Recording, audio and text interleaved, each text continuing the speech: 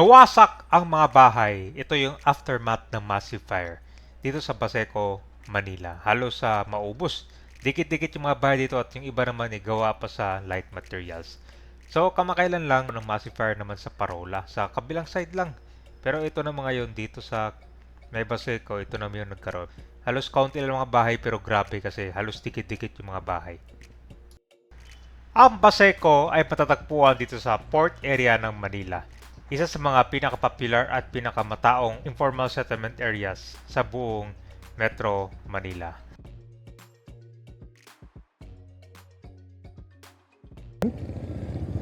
So, kamakailan lang kabayan, itong area na to nagkaroon ng massive fire. Di ba yung na-picture natin doon sa Parola, dito naman sa Baseco. Marami ding bahay ang nasira, pero dito kaunti lang. Alam niyo kabayan, pag pumunta kayo ng Baseco, parang residential area na siya. Oh.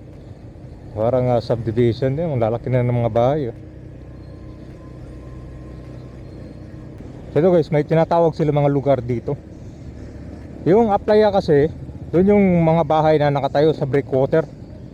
Pero ang sabi daw nila dito daw sa Dubai. Kung makikita mo ng kabayan, mas maayos yung tira nila dito kumpara doon sa Aplaya, no? Kasi doon ang kalaban nila kapag bagyo. Talaga magmistulang kon doon. Baha talaga. Nilikas sa mga evacuation area. Ito mga vendors yan, no? Kasi kung yan, bangketa. Pero binalik rin pala. Parang ang kalsada ito guys, parang dito na rin maglalakad yung mga tao eh. Kumbaga share the road. Ito pa yung kung guys, school dito sa Baseco, Senator Benigno Elementary School. Sa sobrang dami dito guys, tinayuan na ng school. Tapos ito, President Corazon General Hospital. Diba? Ang ganda ng hospital dyan guys. Talagang kunyan, maganda sa facilities. Ito guys, pag ikutin nyo itong Baseco, napakalaki nito ah. Ito parang ngayon ko lang nadaanan tong Dubai ah. Tignan mo yung mga wiring dito kabayan. Yan yung isa sa kailangang ayusin dito. Yung mga wiring. Parang kung ano to ah. Grabe yung salabat to.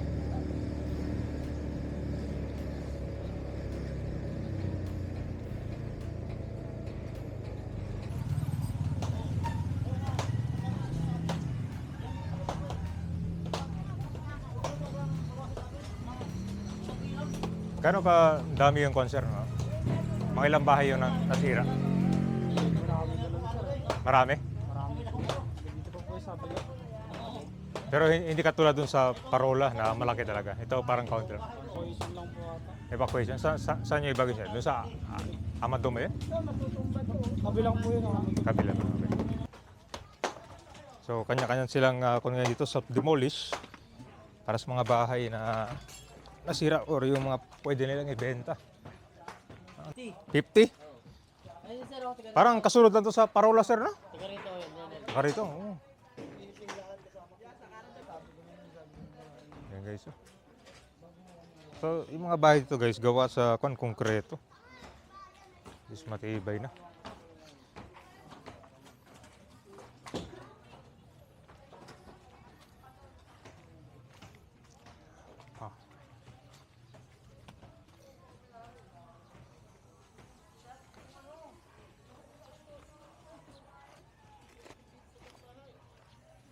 Yan lang. So, mabilis kumalat yung apoy dahil halos kaunti na lang yung espasyo dito ng mga bahay. No? Halos dikit-dikit na. Ito ang kapitbahay mo, nandito na sa kabila. Tapos, yung pinaka-pathway nila, maliit lang talaga.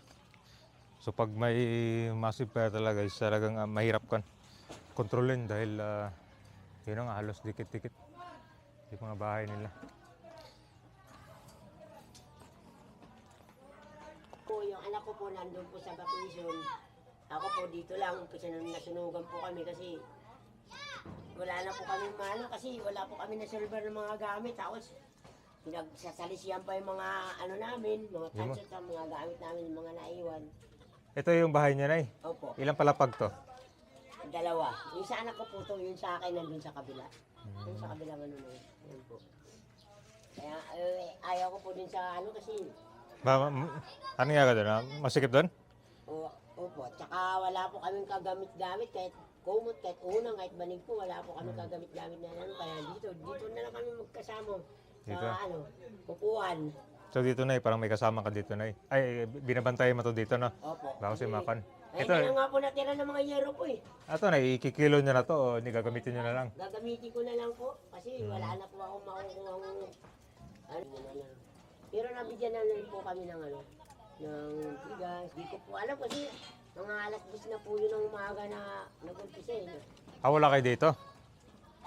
Ano po, galing po ako sa ano rin, sa hospital na. Masakit po ako, hinihingal po ako. Maya kayo, maya. Sa lolo ko. Bisaya.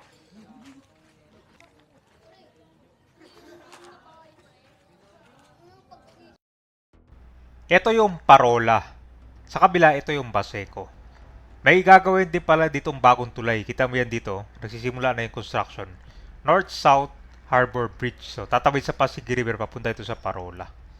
So, nagkataon din, no? Kasi nasunog to habang nagsimula ni construction ng bagong tulay. Ito naman yung Manila Bay.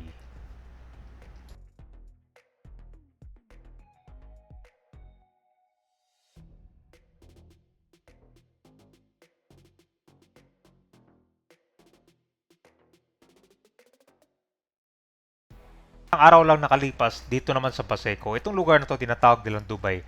Pero kaunti lang yung mga bahay na nasira dito. I think mga less than 100 lang. Sa left side, ito po yung unang pabahay dito sa Paseco. Panahon pa ni former Mayor Joseph Estrada to eh. Tapos sa right, ito po yung mga school. Tatayuan lang ulit nila ito ng bahay after nila ma-receive yung mga assistant at makarecover sila dito at for the meantime nasa evacuation area muna sila. So ito po yung Paseco ngayon. Dati bilang lang yung mga tao, halos mga empleyado lang yung nakatira noon. Ito isang residential area na. Ang dami ng mga bayo.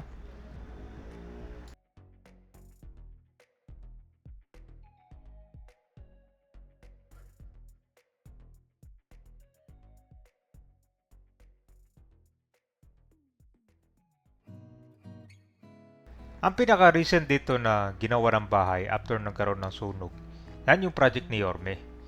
Yan po ang Paseco community. Pero kung titignan mo dito, ang laki na kasi ng population. I think more than 60,000 na yun nandito eh.